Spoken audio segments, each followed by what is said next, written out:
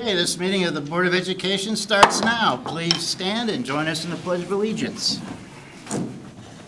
I pledge allegiance to the flag of the United States of America and to the republic for which it stands, one nation, under God, indivisible, with liberty and justice for all.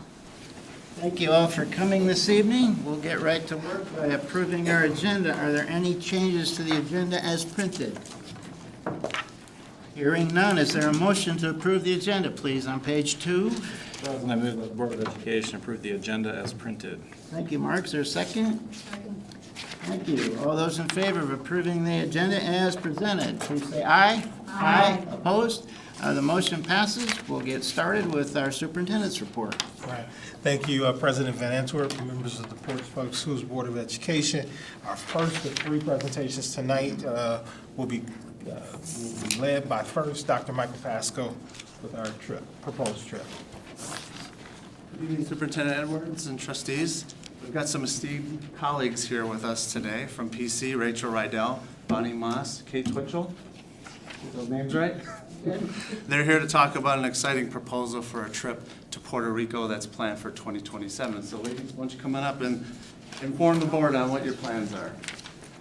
Thanks for coming. Yep, thank you for having us. We appreciate it. So I'm Rachel Rydell. This is Bonnie Moss and Kate Twitchell, and we all teach Spanish at Central High. We've been really talking a long time about the next trip that we wanted to offer. So this past summer, we had students that traveled to Spain. So we really wanted to do something a little different. So we're offering a trip to Puerto Rico. It's a little closer to home, so we hope it's a little bit more affordable for some of our students who maybe find traveling to Europe a little bit out of their reach. We'll be going to a lot of different cultural sites and heritage sites which deal with the history and the indigenous background of Puerto Rico, but also doing a lot of science-oriented pieces where we'll be visiting caves and going out on the bioluminescent bay, also traveling to see the tropical rainforest that we have outside of the U.S., a national forest. It's the only national U.S. forest that's tropical, so that would be something to see a lot of the different flora and fauna. But really just, we study Puerto Rico in our classes, and we've done a lot of Caribbean units. And I think there's a lot of hype right now, too, with the Super Bowl and hearing about Bad Bunny in Puerto Rico. But for us, it's been on my bucket list for a really long time. And the chance for the kids to see something that's different and close to home, but also to practice their languages, I think something that we're really excited to offer. Do you have any questions for us regarding the trip? We really are excited that you're considering our proposal. Is this the first trip ever to Puerto Rico that you're aware of? I've been here for 23 years and we've never been to Puerto Rico. Okay, that's pretty good information. Yeah. Good. Mexico, Spain, Costa Rica. We've been to Peru, I went to Ecuador with the students 2 summers ago. never Puerto Rico. And we talk a lot about it in our classes, and I think it's a really interesting lesson for the students when you talk about the Commonwealth of the U.S. and how it interacts with Puerto Rico, and so the independence of Puerto Rico, yet the reliance a little bit with the U.S. I think that's something that the kids don't totally understand. So to be able to witness it firsthand is something that we're excited to teach and show them as well. And it feels safe to travel to. Yeah, right now in the political climate, there aren't a lot of places that we probably would be proposing to go and visit. So Puerto Rico is one, Spain would be the other, but like I said, the kids just took a 14-day trip to Spain, so this is a chance to offer something different and unique that we haven't had, and obviously, in a really long time, so. Well, we always say this, but thank you for stepping up and being willing to do this. These are experiences that are life-altering for kids. My daughter is in Japan right now for 2 weeks, and her goal while she's there for something else, is to reconnect with the family that she went on a school-sponsored trip to visit and stay with in 1999. So, you know, it's just, you carry it with you for the rest of your life. So thanks for providing that opportunity for the kids. Absolutely. It all looked great. Thank you. Thank you for your time, we really appreciate it. Thank you. Followed by that, up next is our Assistant Superintendent of Operations, Russ Gerbers, bond project update. Good evening, Board. Superintendent Edwards. Going to give you guys a quick bond update in terms of construction projects. Obviously, you know, Woodland's kind of continuing. Things are going well there. The weather has finally started to cooperate a little bit better. We had a couple 60-degree days there. So it's feeling good. It got a little cold today, but the work's going along nicely. They're doing the second course on Unit B. That's looking nice. They'll be finishing up Unit C here soon, and then working on to Unit A. But the project as a whole, it's going good. Slowly working back to try and get back on schedule with the hard winter we had.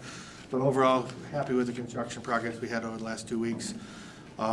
We had Amberley's final design meeting this week as well. That went really well. We'll be moving into our gallery walk coming up on April 7th at 6 o'clock at night in Amberley's gym. We'll get more information to you guys and invites to that as well. But we're super excited about that. And then the following board meeting, we'll be bringing that gallery walk to you guys as well. And then we kicked off the Angling Road. We had a DAT team, which is a design team meeting with the DAT team there. And we started going through what they want to see in the outdoor spaces as well as the common indoor spaces in their new building that we're currently started the design process. So that's early in the stages, and that project's that team's engaged and doing good work there. So we're excited about what they come up with as that process continues over at Angling Road. I don't know if there's any questions you guys have for me. Great, thank you very much. Thanks, Russ. Thanks, Russ. And our third and final report is from our Director of Finance, Paula Johnson. Good evening, trustees and Superintendent Edwards. Included in your board packet was our financial report through the month of January.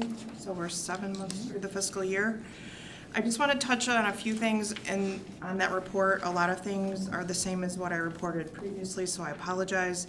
Our federal revenue still appears to be down from last year for two reasons. Number one, we should be receiving a deposit any day now for our most recent federal funds drawdown. And then last fiscal year, we had a little bit of ESSER money left over that we had to spend by September 30th. So that's the reason why that area looks to be lower than last year. Operations and maintenance is up from last year, but it's the same reason I've told you the last 2 months. It'll go away once we put the budget amendment on the system because this report reflects preliminary budget and not the amendment that you're going to vote on tonight. So we've got 31AA money running through there for security-related items throughout the buildings.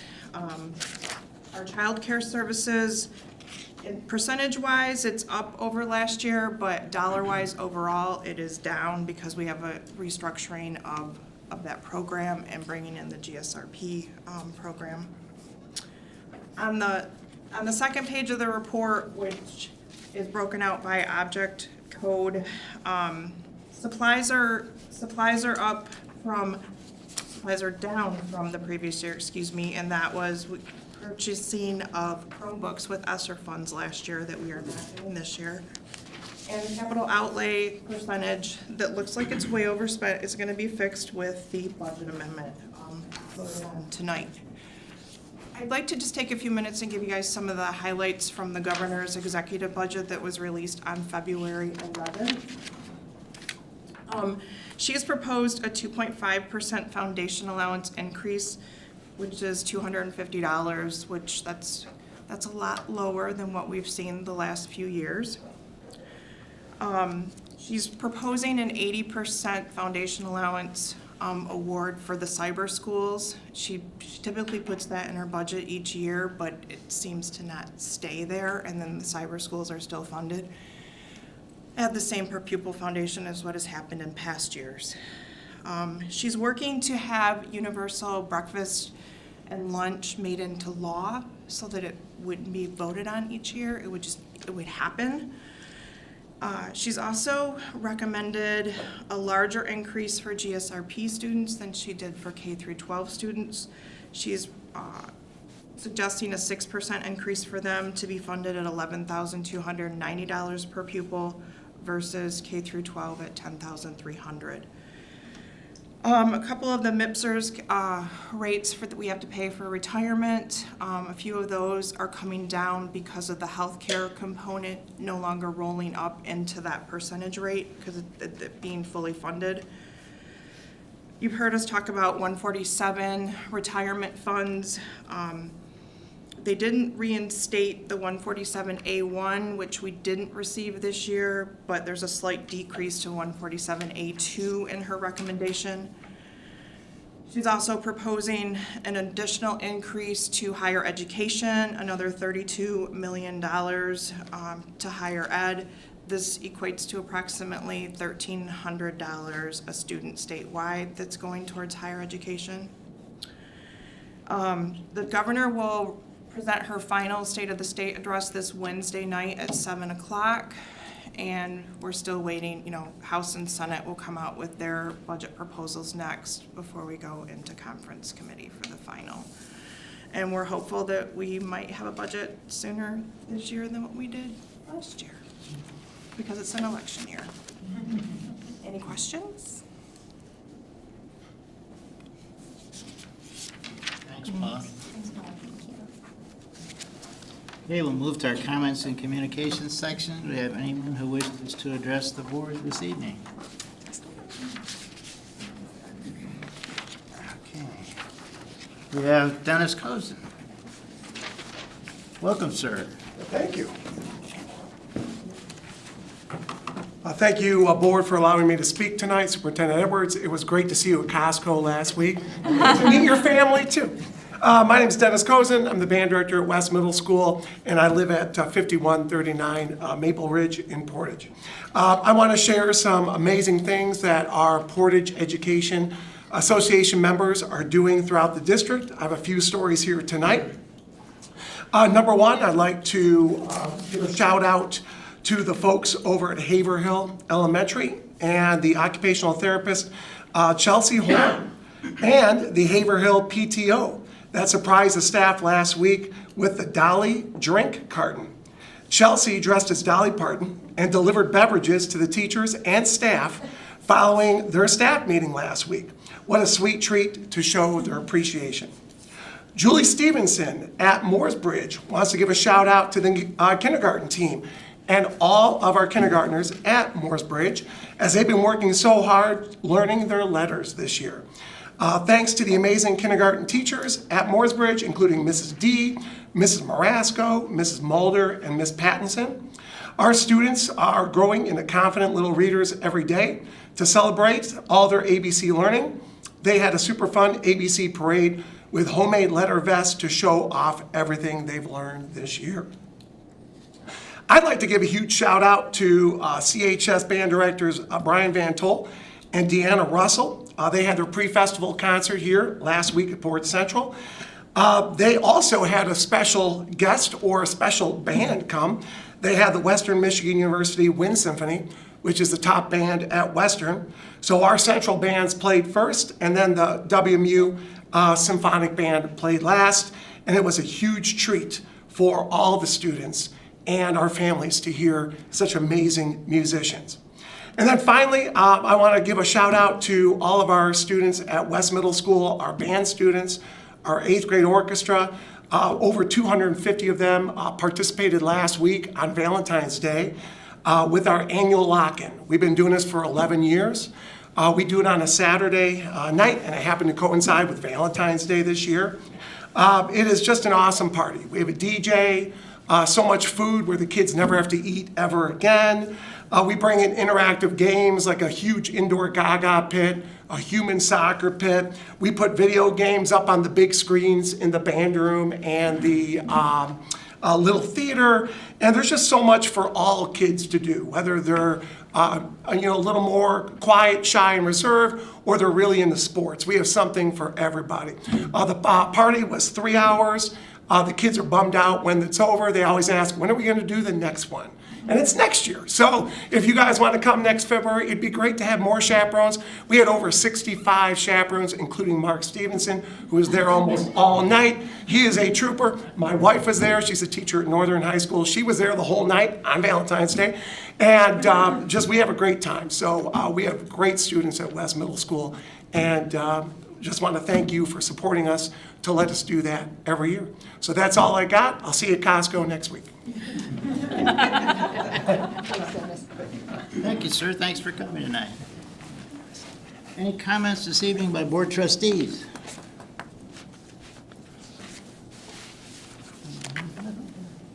I'm just looking forward to hearing Johnny's presentation at North Middle School on, is it Thursday? Wednesday. Wednesday. Yeah, yes, Wednesday. See you there. Yes, thank you.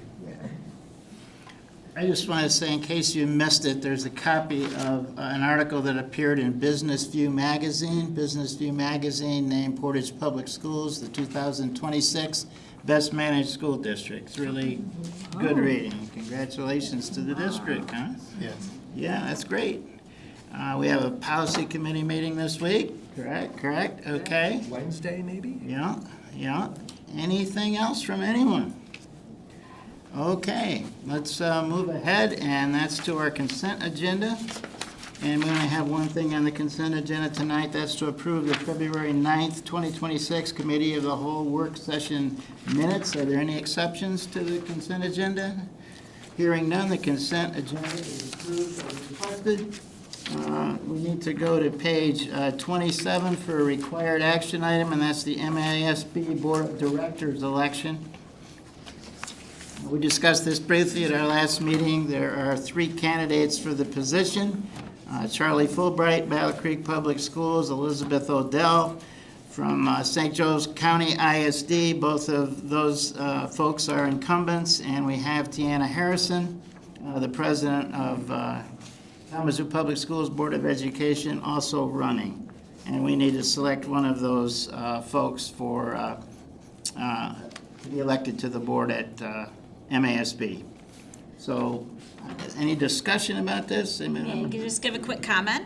Sure. I don't know most of the candidates. However, at the annual leadership conference, I had the privilege of hearing a presentation done by the KPS board, and then later at the next large session, I was able to sit at the same table as Tiana and was quite impressed with her. So it's nice to be able to vote for someone that you have personally met and interacted with, as opposed to simply going by the information and bios that they happen to send out. And she is in our K-RISA family, so that's another good thing. Any other comments before we ask for nomination? Very good. Is there a nomination, please? Motion is on page 27. Mr. President, I move that the Board of Education cast its vote for candidate Tiana Harrison to represent MASB Region 6 in the 2026 MASB Board of Directors election, and authorize Barb Atkinson to cast the board's vote via the online ballot provided by MASB. Thank you, Terry. Is there a second? Second? Any other discussion? All those in favor of voting for Tiana Harrison, please say aye. Aye. Opposed? The motion passes, and Tiana is our candidate going forward, and Barb will take care of notifying MASB. We now have an action item on page 36, and that's to approve the 25-26 budget amendments that we went through in detail at our work study on February 9th. Is there any discussion, any questions about this? Any questions for Paula? I'll just note, it's a ton of work. It was great to hear the presentation last meeting, and the motion takes about five seconds, but it's a ton of work that leads up to that. Right. Thank you, Bo. Okay, then, there's a motion on page 36 to approve the budget amendments. Mr. President, I move that the Board of Education approve the General Fund Budget Appropriations Resolution 2526, amended budget number 1 as presented. Thank you. Is there a second? Second. Thank you. All those in favor of approving the budget amendments, please say aye. Aye. Opposed? The motion passes. The budget amendments are approved. And we now go to page 45 for a motion, please, to recognize National School Breakfast Week. Is there a motion, please? Mr. President, I move that the Board of Education approve the National School Breakfast Week proclamation as presented. Thank you, Bo. Is there a second? Second. Thank you, Terry. Do we have a volunteer to read the proclamation on page 46? I can. Excellent. Proclamation National School Breakfast Week, March 2nd through 6th, 2026. Whereas we recognize March 2nd through the 6th of 2026 as National School Breakfast Week and honor the dedication of Portage Public Schools food service staff. This observance highlights the important role breakfast plays in helping students stay alert, strengthen memory and problem-solving skills, and achieve academic success. And whereas each day, 27 food service employees prepare and serve an average of more than 1,800 breakfasts, while managing, ordering, storage, delivery, and strict food safety and nutrition standards, all with care and attention to student needs. And whereas these skilled and caring professionals make meaningful contributions to student well-being and education, and this week provides an opportunity to express our gratitude for their service. Now therefore, be it resolved by the Board of Education that we proudly commemorate March 2nd through 6th, 2026, as National School Breakfast Week and commend all who contribute to the success of our breakfast program. Together, we make a positive difference in the lives of our students. Proclaimed this 23rd day of February 2026, Portage Public Schools Board of Education. Thank you, Kimberly. And we want to recognize Susan and all the great folks who work for you, and thank you for all the work you do. Appreciate it very much. All those in favor of approving the National School Breakfast Week proclamation, please say aye. Aye. Opposed? The motion passes. The Breakfast Week proclamation is passed. And now we move to our discussion item, which is lighting at 12th Street.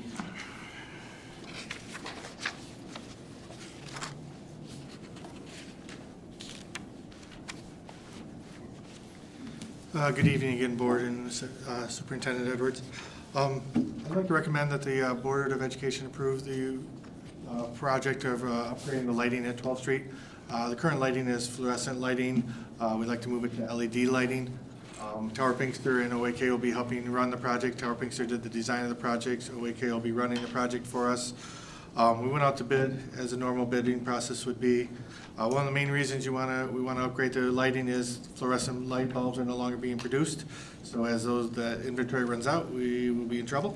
But also moving over to LED light bulbs are just more energy efficient, which will drive down cost, and it'll also give us the ability to control the light in the classroom better with dimmers and things like that, just for a better educational environment. So some pretty good reasons to move forward with that. We went to a bid process. Esper Electric out of Kalamazoo ended up winning the bid at a total of $572,965. When you put in contingency, general conditions, and construction management fees, it will not exceed $739,463 for the project. This is the exact same project that we did last summer. We're really this school year on second shift hours over at 12th Street. The bids were a little more favorable than we had for 12th Street, a little over $100,000 in savings versus that bid at 12th Street, so we're happy with that. I don't know if there's any questions or comments. I'd be happy to answer them.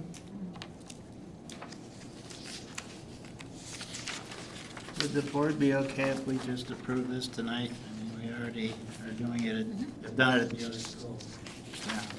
Yeah, somebody could make a motion out of that recommendation on page 48.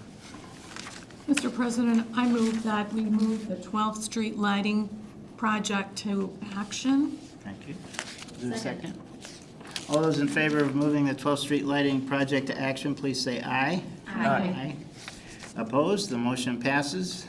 And now the motion to approve on page 48. Mr. President, I'll give this a shot. I move that the Board of Education authorize Owen Ames Kimball Company to issue a notice of pending award for the 12th Street lighting project to Esper Electric. Total project costs, inclusive of fees and related expenses, not to exceed $739,463. Funding for the project provided through the 2019 Building and Site Seeking. Second. Thank you. All those in favor of approving the 12th Street lighting project, please say aye. Aye. Opposed? The motion passes. The 12th Street lighting project is approved. Thank you. Our next motion is on page 51, a motion to go into closed session. Mr. President, I move that the Board of Education move into closed session for two purposes. Number one, to consult with its attorney on pending litigation, specifically Driver versus Portage Public Schools, and number two, to consider the purchase of property as allowed under the Open Meetings Act 15.268, sections 8 8E and 8C and 8D respectively. It looks like 8E. Okay. Thank you, Terry. Is there a second, please? Thank you, and this is a roll call vote, please. Mrs. Rohr? Yes. Mrs. Crawford? Yes. Mrs. Bavaria? Yes. Mrs. Van Antwerp? Yes. Mr. Snyder? Yes. Ms. Larson? Yes. Dr. Stevenson? Yes. Okay, the motion passes. We'll be moving into closed session, and I believe we're going to stay right here. Is that correct? Okay, very good. Thank you.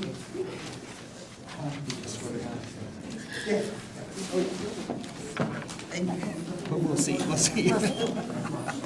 We will see. Starting off exceptional. Yeah.